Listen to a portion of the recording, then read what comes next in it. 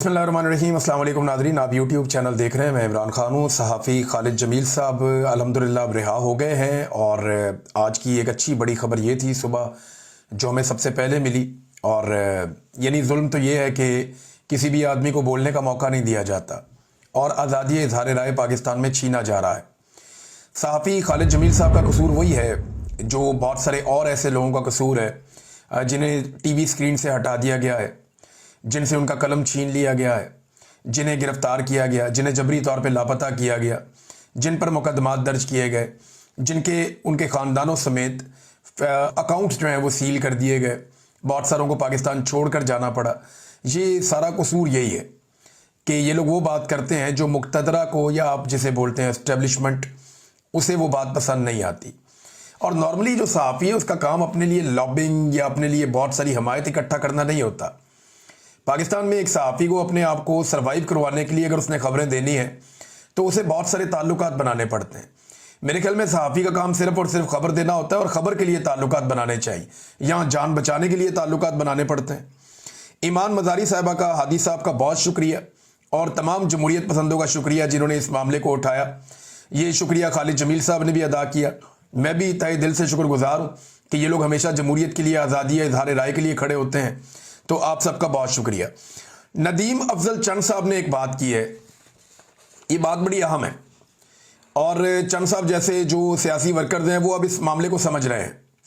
ना सिर्फ नदीम अफजल चंद साहब समझ रहे हैं, आप बाकी पीपल्स पार्टी के या PMLN के लोगों से जो थोड़ा बहुत जमहूरियत में बिलीव करते हैं उनसे आप बात करें तो वो भी ये बात समझ रहे हैं कि प्रॉब्लम बहुत बढ़ गई है। पहले वो ये कह देते थे जी इमरान खान ने एस्टेब्लिशमेंट को ज़्यादा सियासत में घसीट लिया, अब बेचारे ये बहाना भी नहीं लगा सकते। पहले वो ये कह देते थे कि इमरान खान ने हाइब्रिड मॉडल की बुनियाद रखी, अब वो बेचारे ये बहाना भी नहीं लगा सकते। पहले वो ये कह देते थे कि जो सियासत से दूर हो गई थी एस्टेब्लिशमेंट वो PTI की वजह से अंदर आई, अब वो ये भी नहीं कह सकते क्योंकि नून लीग ने और पीपल्स पार्टी ने जिस लेवल के जूते पॉलिश कर दिए हैं उसके बाद उनकी तरफ से अब कोई जस्टिफिकेशन आ ही नहीं सकती। हालात उनके बहुत मुखालिफ हैं। नदीम अफजल चंद साहब कहते हैं ये जो बेजा और फजूल बेगुनाह गिरफ्तारियों का मशवरा दे रहे हैं ना, ये अरबाब इख्तियार के दुश्मन दोस्त नहीं है। अब अरबाब इख्तियार कौन है? जिसके पास इख्तियार है, और इख्तियार किसके पास है? मिलिट्री एस्टेब्लिशमेंट के पास है, और किसी के पास तो पाकिस्तान में इख्तियार है नहीं। अलीमा खान साहबा के दोनों बेटों की गिरफ्तारी के मामले में अब आज के दिन में पेश किया गया उनके दूसरे साहबजादे को, शेर शाह को। अब ये पाकिस्तान से बाहर था, ये वापस पाकिस्तान गया और वहां इसे गिरफ्तार कर लिया गया। पहले इसके बड़े भाई को गिरफ्तार किया गया, वो गलती से गिरफ्तार किया गया, लेकिन गोंगलुओं से मट्टी झाड़ने के लिए और अपनी शर्मिंदगी मिटाने के लिए ढीटों की तरह उसका रिमांड हासिल कर लिया गया और जज साहब ने भी उठा के 8 दिन का रिमांड दे दिया। ये जिस जज साहब ने रिमांड दिया इनके बारे में और भी बहुत सारे कारनामे हैं, मैं क्या बताऊं आपको। बहरहाल यहां पे रिमांड हो गया और दूसरे भाई को गिरफ्तार कर लिया गया सेम डे में। शेर शाह को गिरफ्तार किया गया और शेर शाह को गिरफ्तार करने के बाद अब उसका 5 दिन का रिमांड दे दिया गया। यहाँ पे अलीमा खान साहिबा से या बाकी लोगों से, इमरान खान की बहनों से मीडिया ने सवालात किए तो कुछ तकरार भी हुई और कुछ चीज़ें बड़ी क्लियर की हैं। ख़ास तौर पे इमरान खान की बहन नौरीन खान साहिबा ने, उनको जब ये कहा गया ना कि जी खाकी वर्दी की तौहीन की गई, खाकी पतलून उठाई गई, तो उन्होंने कहा जी खाकी वर्दी की तौहीन तो 1971 में हुई थी बांग्लादेश में, यानी वो तौहीन नहीं थी, ये तौहीन है, इसको आप तौहीन समझते हैं। और उन्होंने कहा कि ये एक मूवमेंट था और उसकी वजह दोनों बहनों ने ये बताई कि वहां पे गोलियां चलाई जा रही थी, एक कारकुन के सर में गोली लगी और वो वहां पे जाँ बहक हो गया और उस वक्त वहां पे टेम्परेचर कुछ और था। तो उस माहौल में हसन न्याजी ने ये काम किया और उसके पीछे जो पेंट पकड़ाने वाला आदमी था उस हवाले से दावे किए जा रहे हैं कि वो बंदा कोई और था, यानी उस बंदे का आज तक पता नहीं चला। अब ये इल्ज़ाम शेर अफजल मरवत साहब तो लगाते हैं इमरान खान के दूसरे भांजे पे, शेर शाह पे, और यही बात जो है बाकी लोग भी शेर शाह के बारे में करते हैं जो मुखालिफिन है। लेकिन वहां एक आदमी और भी खड़ा था जिसके बारे में अभी तक सब जानना चाहते हैं कि ये आदमी कौन था। ना इसे पकड़ा गया ना इसके खिलाफ कोई कार्रवाई की गई। तो गाड़ियों की तोड़फोड़ करते हुए भी नकाबपोश नजर आ रहे हैं 9 मई को, जो तोड़फोड़ कर रहे हैं, मार कुटाई कर रहे हैं, उन्हें आज तक नहीं पकड़ा गया। तो खाकी पतलून की क्या हैसियत है? पतलून हमारे टैक्स के पैसों से खरीदी जाती है। खाकी पतलून की क्या हैसियत है? 1971 में लोगों ने देखी थी। हसन न्याजी ने कोर कमांडर के सामने पतलून تب لہرائی جب لوگوں پر گولیاں چلائی جا رہی تھی. یہ نورین خانم صاحبہ نے یہ بات کی. اب جو کچھ عالمی ادارے ہیں وہ بھی اس کے اوپر آوازیں اٹھا رہے ہیں. Human rights commission of Pakistan نے بھی اس کے اوپر ایک بیان جاری کیا ہے.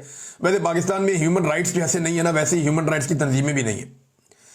اب میں بڑے افسوس کے ساتھ یہ بات کرتا ہوں کہ جو عہدیدار بٹھائے گئے ہیں ہیومن رائٹس کی تنظیموں کے پاکستان میں، یا جن پاکستانیوں کو یہ عہدے دیے گئے ہیں، انہوں نے حق ادا نہیں کیا.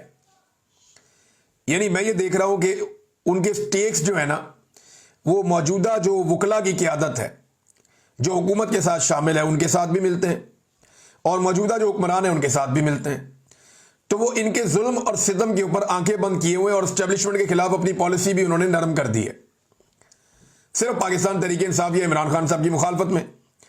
کیونکہ عمران خان صاحب نے ان لوگوں کو بہت پہلے پہچان کے یہ کہا تھا خونی لبرلز ہیں.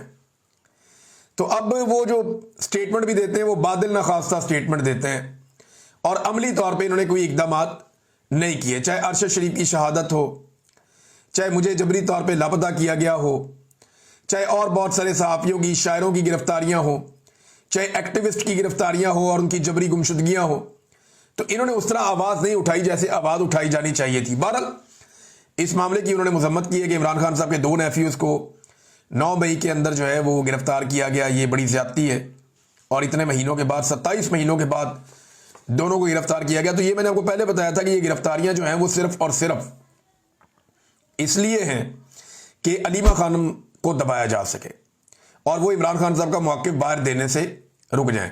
کیونکہ دیکھیں، باہر آ کر اگر کوئی واحد عمران خان کا نام لینے والی خاتون ہے، عمران خان کا نام لے کر عاصم منیر کے نام کا پیغام دینے والی خاتون ہے، تو وہ علیمہ خانم صاحبہ. وہ صاف بتاتی ہیں کہ عمران خان نے عاصم منیر کے بارے میں یہ کہا، یہ کہا، یہ کہا اور یہ کہا. تو فیلڈ مارشل کو کوئی چیلنج نہیں کرتا سوائے علیمہ خانم کے. وہ باہر آ کے صاف بات بتاتی ہیں جو عمران خان کہتے ہیں. عمران خان کی پارٹی کے لوگ اندر جاتے ہیں، عمران خان انہیں کچھ بھی کہتے ہیں، وہ باہر آ کر اپنا ایک فلٹر لگاتے ہیں کہ انہوں نے سروائیو کرنا ہے، زندہ رہنا ہے. علیمہ خانم جو ہے وہ کشتیاں چلا کے ہر وہ بات کر دیتی ہیں. آج تک جتنی بھی بات باہر نکلی حافظ سید عاصم منیر کے بارے میں، وہ زیادہ تر علیمہ خانم کے ذریعے سے باہر نکلی، اسی لیے ان کی ملاقاتیں بند کی گئی ہیں. میڈیا بولنے کے قابل نہیں ہے، آپ کو پتا ہے. میڈیا تو ڈسکس ہی نہیں کر پاتا، نہ ایکسٹینشن ڈسکس کر پاتا ہے، نہ کوئی اور چیز کر پاتا ہے. اب میڈیا مالکان کیوں نہیں یہ چیزیں کرتے؟ کیونکہ ان کو اشتہارات مل رہے ہیں، اور اشتہارات انہیں اتنے زیادہ مل رہے ہیں کہ میڈیا مالکان کو وفاق سے اشتہارات 3 ارب سے بڑھ کر 11 ارب کر دیے گئے ہیں. 3 ارب سے جو وفاقی اشتہارات ہیں وہ بڑھا کے 11 ارب تک پہنچا دیے گئے ہیں. صوبوں سے الگ انہیں بزنس مل رہا ہے میڈیا مالکان کو. لیکن اس کے باوجود میڈیا مالکان نے جو ہے وہ بے شمار صحافیوں کو نوکریوں سے نکال دیا. کئی ادارے جو ہیں وہ تنخواہیں نہیں دے رہے، کئی ادارے جو ہیں مہنگائی کے ساتھ تنخواہیں بڑھا نہیں رہے. تو یہ صحافیوں کے لیے نہیں ہو رہا، میڈیا مالکان کو کنٹرول کر رہا ہے اس وقت پورا کا پورا حکومتی سٹرکچر. اور میڈیا ایسا کنٹرول ہوا ہے کہ کوئی صحیح خبر دیتے ہوئے، یعنی جو بہت ضروری ہے، جو عوامی مفاد کی خبر ہے، جسے ہر حال میں دیا جانا چاہیے، حتیٰ کہ فلڈ کے بارے میں، دیگر چیزوں کے بارے میں، وہ مہنگائی کے بارے میں بھی بات کرتے ہوئے 10 دفعہ سوچتے ہیں کہ اس سے کہیں اسٹیبلشمنٹ ناراض تو نہیں ہو جائے گی، ہمارے اشتہار تو نہیں رک جائیں گے. تو میڈیا پاکستان کا تقریباً فارغ ہو گیا اور سوشل میڈیا نے اس کی جگہ لے لی ہے. تو پاکستانیوں کو بھی یہ چاہیے کہ میکسیمم توجہ اب سوشل میڈیا پہ دیں، اور وہاں پہ ان لوگوں کو دیں جو انہیں وہ خبریں دے رہے ہیں جو مستند ہو سکتی ہیں یا جن کی تصدیق ہو سکتی ہے. فیلڈ مارشل کو آج بڑا رولا اخبارات میں رہا کہ 1000 دن ان کے مکمل ہو گئے. اس حوالے سے بڑی بڑی اچھی باتیں ان کے بارے میں لکھی گئی ہیں. تو اچھی باتیں تو لکھوا لی ISPR نے اور پاکستان کی میڈیا نے لکھ دی، تعریفوں کے تو پل باندھ لیے. ذرا تھوڑی سی نیگیٹو سائڈ بھی دیکھتے ہیں کہ ایکچولی یہ فیلڈ مارشل کے 1000 دن پاکستان کو کیسے پڑے. نمبر 1، فوج کے لیے بہت برا تھا. 9 مئی ہو گیا.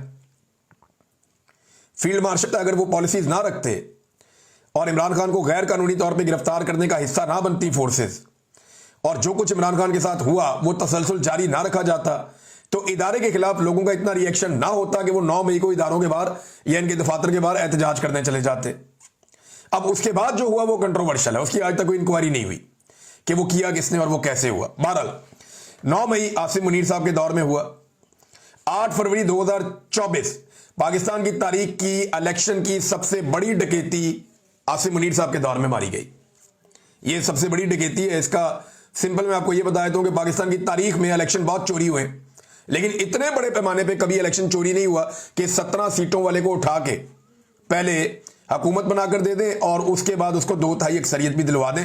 تو یہ ڈکیتی بھی آرمی چیف کے دور میں ہوئی, اسی آرمی چیف کے دور میں ہوئی. 26 نومبر 2024 پہلی مرتبہ مظاہرین کے اوپر, ایک سیاسی جماعت کے مظاہرین کے اوپر جو پرامن تھے, غیر مسلح تھے, نہتے تھے, ان کے اوپر اسٹیٹ فائر کیے گئے, سنائپر کے ساتھ انہیں گولیاں ماری گئیں. یہ ایک واقعہ بھی پاکستان میں ہوا اسی آرمی چیف کے دور میں. ہاں, ایک بھارت کے ساتھ لڑائی کا معاملہ ہوا جس میں پاکستان نے بھارت کے جنگی طیارے گرا دیے, جس میں پورے پاکستان کی, پوری دنیا کے اندر جو ہے وہ واہ واہ ہوئی, پاکستانی فورسز کا مورال بلند ہوا. تو یہ ایک واقعہ ایسا ہوا جس کو ان کے دور کا اچھا واقعہ کہا جا سکتا ہے. لیکن اس کے بعد یہ فیلڈ مارشل بن گئے. نہ 1 انچ زمین فتح کی گئی, نہ زمین کے اوپر پاکستان کو کوئی کامیابی ملی, نہ کشمیر آزاد ہوا, اور نہ ہی پاکستان بھارت سے اپنا پانی چھڑوا پایا. یہ سارے کام پاکستان نہیں کر پایا, لیکن فیلڈ مارشل عاصم منیر صاحب بن گئے. اور ایک اور چیز, عاصم منیر صاحب کی زیادہ توجہ ان کے اپنے ٹینیور میں, ان کے اپنے کام کے اوپر تو رہی ہوگی, جو آرمی چیف کی ڈیوٹیز ہیں وہ تو انہوں نے ضرور کی ہوں گی, لیکن اس سے زیادہ رپورٹ ہوا ان کے معاملات وہ والے جو سیاست پہ, معیشت پہ اور انتظامی معاملات پہ رہے. تو ان کی توجہ, حالانکہ حلف اس کی اجازت نہیں دیتا, لیکن ان کی توجہ دیگر معاملات کی طرف بہت رہی. پھر ان کی ایک خواہش ہے, معافی کی خواہش, وہ ابھی تک ادھوری ہے. عمران خان معافی نہیں مانگ رہا, ٹوٹ نہیں رہا, ڈر نہیں رہا, ڈرا ہوا دکھائی نہیں دے رہا. تو یہ جو چیزیں, اس نے کہا کہ مجھے ڈرا ہوا دیکھنا ان کی جو ہے وہ خواہش ہی رہ جائے گی, ان کی حسرت رہ جائے گی کہ مجھے ڈرا ہوا دیکھیں. تو ایک یہ جو خواہش ہے, یہ سب کچھ مل ملا کے بھی معافی ابھی تک نہیں مل سکی.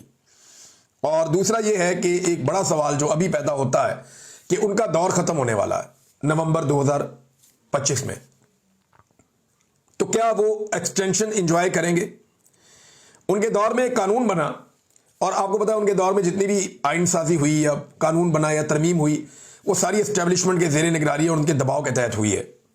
اور قانون یہ بنایا گیا کہ آرمی چیف کو 5 سال تک کر دیا جائے, لیکن وہ نیکسٹ سے ہونا تھا. لیکن کیا وہ اس کو انجوائے کریں گے اور یہ تسلسل جاری رہے گا اور وہ 5 سال آرمی چیف رہیں گے؟ اس ایک سوال کے ساتھ وہ 1000 دن گزار چکے ہیں آرمی چیف پاکستان کے. بھارت پانی روک کر بیٹھا ہے, یہ میں نے ہوا میں بات نہیں کی, میں آپ کو کچھ چیزیں بتا دیتا ہوں. بھارت کی طرف سے سندھ طاس معاہدے کی خلاف ورزی جاری ہے اس وقت بھی.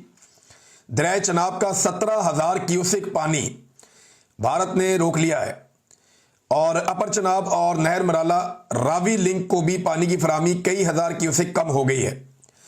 حکام نے یہ بتایا ہے کہ پانی کی کمی کے باعث ہیڈ مرالہ ورکس کے 66 میں سے 40 سپل ویز بند کر دیے گئے ہیں. یعنی ٹوٹل 66 سپل ویز ہیں جن میں سے 40 بند کر دیے ہیں. یہ بھارت نے پانی پاکستان کا روکا ہوا ہے, یہ پاکستان ابھی تک نہیں چھڑا پایا. یہ انفارچونیٹ ہے, لیکن بھارت جیسے ہی اچانک پانی چھوڑے گا دریائے چناب میں, وہ آج کل پرسوں چھوڑ سکتا ہے پانی اب, کیونکہ بہت زیادہ وہاں پہ بارشیں ہو رہی ہیں, تو ایک طغیانی والی صورتحال پیدا ہو سکتی ہے اور ایک سیلابی صورتحال پیدا ہو سکتی ہے. تو بھارت پانی چھوڑ کر بھی اور پانی روک کر بھی دونوں طرح پاکستان کو متاثر کرتا ہے. یہ بڑا انفارچونیٹ ہے, ہم یہ بھارت سے اپنے پانی چھڑوانے میں ابھی تک کامیاب نہیں ہوئے. ناظرین, امیر ممالک کی ایک فہرست جاری ہوئی ہے, میں آپ کے ساتھ شیئر کرتا ہوں, یہ بہت انٹرسٹنگ ہے. جو دنیا کے امیر ترین ممالک ہیں, یا جن کے دنیا کے نہیں, ایشیا کے, ہم ایشیا میں رہتے ہیں نا, پاکستان ایشیا میں ہے, تو ایشیا کے جو سب سے امیر ممالک ہیں جن کے اندر پر کیپٹا انکم زیادہ ہے, وہاں کے لوگ امیر ہیں, وہ زیادہ پیسے کماتے ہیں. وہ ممالک کون سے ہیں؟ تو جو لسٹ میرے سامنے آئی ہے اس میں پاکستان تو جا کے بہت نیچے ہے. یہ دیکھیں آپ, یہ 2-3 لسٹیں میرے پاس, اور یہ پر کیپٹا انکم کے حساب سے ہے. جی ڈی پی کو آپ جب پر کیپٹا میں کنورٹ کرتے ہیں تو ناظرین نمبر 1 سنگاپور ہے, پھر اس کے بعد جناب مکاؤ ہے, قطر ہے, برنائی ہے, یو اے ای ہے, Hong Kong, Taiwan, Bahrain, South Korea, Cyprus, Saudi عرب, Israel, Japan, Kuwait, Russia, Kazakhstan, Malaysia, Turkey, Oman, Maldives, Georgia, China, Turkmenistan, Thailand, Azerbaijan. اور چائنا کی آبادی دیکھیں آپ, 1.5 ارب کی آبادی ہے, پھر بھی وہ کتنا آگے ہے. Armenia, Mongolia, Iran, Bhutan, Indonesia, Vietnam, Iraq, Sri Lanka, Philippines, پتہ نہیں کتنے ملک ہیں, ازبکستان, انڈیا بھی بیچ میں, بنگلہ دیش بھی بیچ میں, اور پاکستان جا کے 41ویں نمبر پہ ہے. یہ پاکستانیوں کی حالت ہے پاکستان میں. इसी लिए पाकिस्तानी इतने बड़े पैमाने पे पाकिस्तान छोड़ छोड़ कर जा रहे हैं। अच्छा, पाकिस्तान एक ऐसा मुल्क है जहां पे कुदरती वसाइल बेशुमार है। पाकिस्तान एक ऐसा मुल्क है जहां पे कोई जंग भी हमारी नहीं लगी लंबे अरसे से, ये छोटी मोटी झड़पें हैं। पाकिस्तान एक ऐसा मुल्क है जहां पे हर तरह के वसाइल हैं। ओवरसीज पाकिस्तानियों की तादाद बहुत बड़ी है और अफरादी कुव्वत बहुत अच्छी है और नौजवानों की तादाद भी बहुत ज़्यादा है और हमें चारों मौसम भी मिलते हैं। फिर भी हम इतना नीचे रह गए, इतने गरीब हो गए हमारे लोग। ये सिर्फ हुक्मरानों की पॉलिसीज हैं जिनकी वजह से हम पीछे रह गए। हमें आगे निकलना चाहिए था, लेकिन जो लोग 40-40, 50-50 साल से हमारे ऊपर मुसल्लत हैं वो हमें आगे निकलने नहीं दे रहे। सिचुएशन ये है। नाज़रीन, मुस्लिम लीग नून ने और मुफ्ती मुनीब साहब ने सोहेल वड़ाइच साहब के साथ खड़े होने का फैसला किया। राणा सनाउल्लाह साहब ने सोहेल वड़ाइच साहब के हक में बयान दिया कि ठीक है, उन्होंने जो बात की वो दुरुस्त होगी, लेकिन उसके ऊपर ओवर रिएक्शन आ गया सोशल मीडिया की जानिब से, जिसके बाद ये जो एस्टेब्लिशमेंट ने किया वो किया DGISPR ने। लेकिन मुफ्ती मुनीब साहब ने इसके ऊपर जनाब एक स्टेटमेंट जारी किया। जनाब सोहेल वड़ाइच की इब्तला मुफ्ती मुनीब साहब कह रहे हैं, एक मोतदल मिजाज शख्स हैं, ठहराव के साथ बात करते हैं, लिबरल और सोशल डेमोक्रेट हैं, तारीख का अच्छा मुतालिया है, बड़ी तारीफें की हैं। उन्होंने कहा जनाब के तशबीहात और तमसीलात का अंदाज उन्होंने इसलिए इख्तियार कर रखा है कि बात भी हो जाए और पकड़ाई भी ना दें। वाह वाह वाह, क्या तारीफें हो रही हैं। ये मुफ्ती मुनीब साहब कर रहे हैं। कौन से वाले भला? वो चांद देखने वाले जो हैं, रोयत हलाल कमेटी वाले। तो उसके बाद जनाब कहते हैं थोड़ी सी बेएहतियाती इनसे हो गई है और फील्ड मार्शल वाली आगे उन्होंने वो जिक्र किया सारा। फिर अहादीस के मुताबिक उन्होंने हमारी हदीस व फ़िक़्ह के उसूल के मुताबिक भी उन्होंने आगे बात की। तो फिर उन्होंने कहा जनाब के नरमी की गुजारिश भी की, लेकिन उन्हें रियायती नंबर दिए जाने चाहिए, हम सब ने मिलकर आगे चलना है।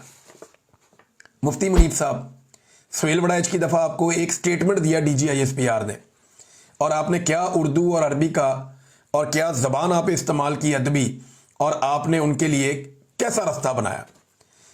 आपने ये रास्ता इद्दत वाले केस में क्यों नहीं बनाया? मुफ्ती साहब, आपने ये रास्ता तब क्यों नहीं बनाया जब अरशद को शहीद कर दिया गया, शहीद अरशद शरीफ को पाकिस्तान छोड़कर जाना पड़ा? आपने ये रास्ता साबिर शाकिर के लिए क्यों नहीं बनाया? आपने मुईद पीरज़ादा का नाम क्यों नहीं लिया? मुझे पाकिस्तान के इदारों ने 5 महीने तक जबरी तौर पे लापता रखा, तब आपने कोई स्टेटमेंट क्यों नहीं दिया? पाकिस्तान के अंदर जुल्म और बर्बरियत का बाजार गर्म किया गया, आप नहीं बोले। लेकिन आप बोले कब? आप ये ना, मौलवी हमेशा एस्टेब्लिशमेंट के साथ जुड़ा हुआ होता है। पाकिस्तान का मौलवी, ज्यादातर मौलवियों की बात कर रहा हूं मैं, ये जो बड़े बड़े मौलवी हैं, मेरे उलमा इकराम मेरे सर का ताज है, मेरे लिए बड़े काबिल एहतराम है। लेकिन ये इस किस्म के मौलवी जो है सरकारी मुल्ला, ये हमेशा 2 नंबरी करते हैं, फ्रॉड करते हैं। ये मुल्ला मिलिट्री अलायंस ने पाकिस्तान को बर्बाद किया है। अब ये देखें ना कैसे आ गए मैदान के अंदर। भाई, जितना जुल्म पाकिस्तान की एस्टेब्लिशमेंट ने पाकिस्तान के ऊपर आज तक किया, आपने टके की जुबान नहीं खोली। फातिमा जिन्ना के लिए आप लोग नहीं बोले, लियाकत अली के लिए आप लोग नहीं बोले, जुल्फिकार भुट्टो के साथ जुल्म हुआ आप नहीं बोले। जब एस्टेब्लिशमेंट ने नवाज शरीफ के साथ जुल्म किया आप तब भी चुप रहे। जब एस्टेब्लिशमेंट ने इमरान खान के साथ जुल्म और जबर किया, औरतों को जेलों में डाला हुआ है, सड़कों पे घसीटा, आप नहीं बोले। और आज एक स्टेटमेंट के ऊपर आप बोल पड़े। बहुत सियाने हैं आप लोग और मिलकर चलना चाहते हैं, इन्होंने मिलकर ही चलना है। लेकिन ना, मौलवी की बात जो आखिरी है ना, वो सबसे इंपॉर्टेंट है। उन्होंने कहा लेकिन उन्हें रियायती नंबर देने चाहिए, हम सब ने मिलकर आगे चलना है। हम सब ने नहीं, मुल्ला मिलिट्री ने मिलकर आगे चलना है। ये जो अलायंस एक बना हुआ है ना खौफनाक किस्म का, इसी अलायंस ने मिलकर आगे चलना है। यही मौलवी इमरान खान साहब के दौर में जब तनकीद हो रही थी, जब इमरान खान साहब आलमी सतह पे आवाज उठा रहे थे नामूस रिसालत के लिए, तो ये मौलवी सड़कों पे थे। और जब मौजूदा रिजीम जो एस्टेब्लिशमेंट का लाया हुआ है, ये जाकर उन्हीं लोगों को जफ्फे डाल रहा था, तो ये मौलवी अपने हुजरों में थे। ये है इनकी टोटल औकात। अब तक के लिए इतनी, अपना ख्याल रखिएगा, अपने चैनल का भी। अल्लाह हाफ़िज़।